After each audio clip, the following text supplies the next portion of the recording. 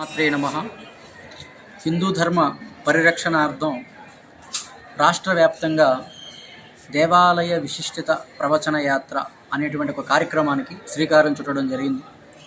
ఈ కార్యక్రమం దేవాదాయ శాఖ వారి యొక్క ప్రోత్సాహంతో, అదేవిధంగా దేవాదాయ శాఖ మంత్రివర్యులు, కమిషనర్ గారు, ప్రభుత్వం వారి యొక్క ప్రోత్సాహంతో 300 ఆలయాల్లో రాష్ట్ర వ్యాప్తంగా ప్రవచనాలు చేయవలసింది అని ఒక మహాయజ్ఞానికి శ్రీకారం చుట్టడం జరిగింది. ఇప్పటికీ 248 ఆలయాల్లో ప్రవచనాలు చేసుకుంటూ ఈరోజు ఇక్కడ గౌరవ మన ఈవో గారి యొక్క ఆహ్వానం, రామచంద్రమోహన్ గారి యొక్క ఆహ్వానాన్ని పురస్కరించుకొని దేవస్థానానికి చేరుకోవడం జరిగింది. వారు ఆలయ మర్యాదలతో స్వాగతం పలకడం జరిగింది యాజమాన్యం.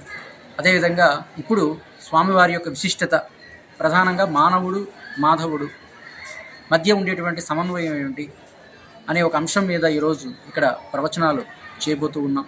ప్రధానంగా ఏమిటంటే, భారతదేశం ప్రపంచానికి విశ్వగురువు అని ఆనాడే స్వామి వివేకానంద చాటారు. అదే ఈరోజు నెరవేరబోతూ ఉంది. ప్రపంచమంతా కూడా ఈరోజు హిందూ ధర్మం వైపు, మన భారతీయ క్షేత్రాల వైపు చూస్తూ ఉంది. ప్రపంచమంతా కూడా వెతుకుతూ ఉంటే పురావస్తు తవ్వకాలలో మన హిందూ శిథిలాలు దొరుకుతూ ఉన్నాయి. 2000 సంవత్సరాలు వెనక్కి వెళ్ళిపోతే ప్రపంచమంతా కూడా మన హిందూ ధర్మమే ఉంది అనేది నిరూపితమవుతూ ఉంది. రష్యా కానివ్వండి, జర్మన్ కానివ్వండి, ఆస్ట్రేలియా కానివ్వండి, ప్రతి దేశాల్లో కూడా మన ఆంజనేయ స్వామి విగ్రహాలు, వెంకటేశ్వర స్వామి వారి విగ్రహాలు తవ్వకాలు దొరుకుతున్నాయి. వాటి వయసు కొన్ని వేల సంవత్సరాలని చెప్తూ ఉన్నారు. అంటే 2000 సంవత్సరాల వెనక క్రితం ప్రపంచమంతా కూడా మన హిందూ ధర్మం అనేది పరిడవిల్తూ ఉండేది.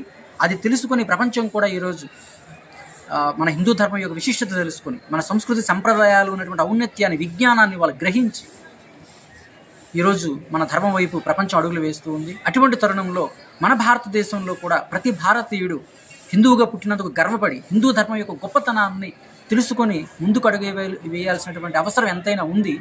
కాకపోతే కాలక్రమేణా కాస్త మన హిందువులు మన ధర్మం యొక్క ఔన్నత్యాన్ని తెలుసుకోలేక పరధర్మాలకు అడుగులు వేస్తున్నటువంటి ఇటువంటి తరుణంలో ప్రపంచం హిందూ ధర్మం వైపు చూస్తుంటే మన వాళ్ళు పరధర్మం వైపు చూస్తున్నటువంటి ఇటువంటి తరుణంలో మన ధర్మం యొక్క ఔన్నత్యాన్ని చాటి చెప్పాల్సినటువంటి ఆవశ్యకత ప్రతి స్వామీజీపై, ప్రతి పీఠాధిపతిపై ఉంది. కాబట్టి ఆ ఆవశ్యకతను, అవసరాన్ని గుర్తెరిగి మేము ఈ యాత్రకు శ్రీకారం చుట్టడం జరిగింది.